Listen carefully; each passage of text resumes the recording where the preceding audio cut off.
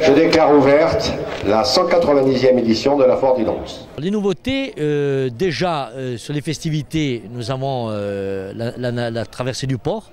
C'est une manifestation ancestrale, c'est-à-dire il y a 900 mètres de nage du port d'Île-Rousse jusqu'à Marinède. Et ensuite on a la course au sac. Voilà, ça c'est déjà les nouveautés. Et ce qu'on a eu cette année comme nouveauté, c'était surtout, on a joué sur la sécurité. La sécurité, c'était quoi? C'était que les manèges, on a eu donc un comité qui est venu du continent et qui a vérifié donc tous les manèges.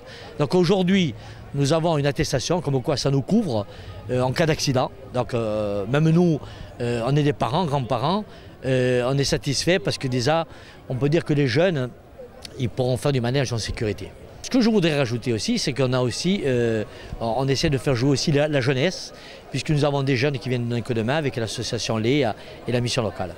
Combien de stands? Alors, on était parti sur 82 stands, mais je pense qu'on est arrivé, on a attaqué de 100 stands. Comment s'est passée justement cette organisation?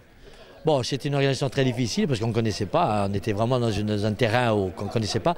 On a eu quand même l'appui des gens qui, depuis des années, couvrent cet événement. Et ça nous a permis donc en même temps de rentrer dans le bain. Mais dans l'ensemble, aujourd'hui, en regardant tout ce qui s'est passé, toute cette mise en place, on est assez fiers de nous pour l'équipe de la CAIA. 190e anniversaire, c'est vrai, je le rappelais.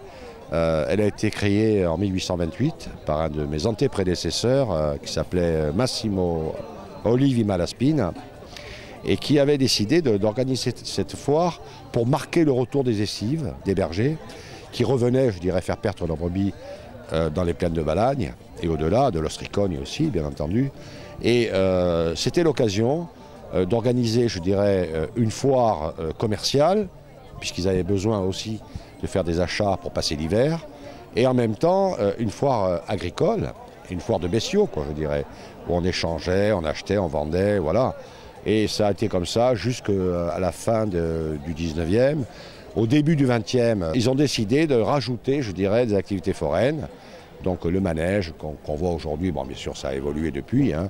Elle était partie donc pour 5 jours, début septembre, du 1er au 5. Et ça a duré pendant plus d'un siècle, hein, oui, presque un siècle et demi, voire plus. Et en 2014, on l'a passé à 3 jours sur un week-end et à fin septembre.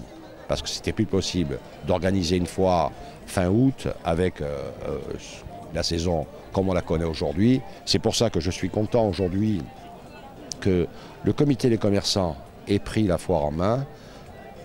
C'est la première fois que ça arrive, hein, puisque précédemment c'était le comité des fêtes ou le comité de foire. Et je suis très heureux que Franco, on connaît sa volonté, sa détermination, pour quand il fait quelque chose, l'amènera encore plus haut que ce qu'elle est aujourd'hui.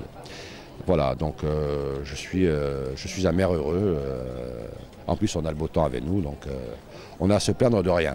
Voilà. Alors, cette foire d'Île-Rousse, c'est vraiment traditionnel. On est habitué à la voir. Moi, je sais que depuis toute petite, j'ai toujours connu cette foire. Et ça marque une fin de saison, ça marque, on va dire que c'est le dernier rassemblement de la saison, où on retrouve tous les artisans, où on a les derniers touristes qui sont encore là.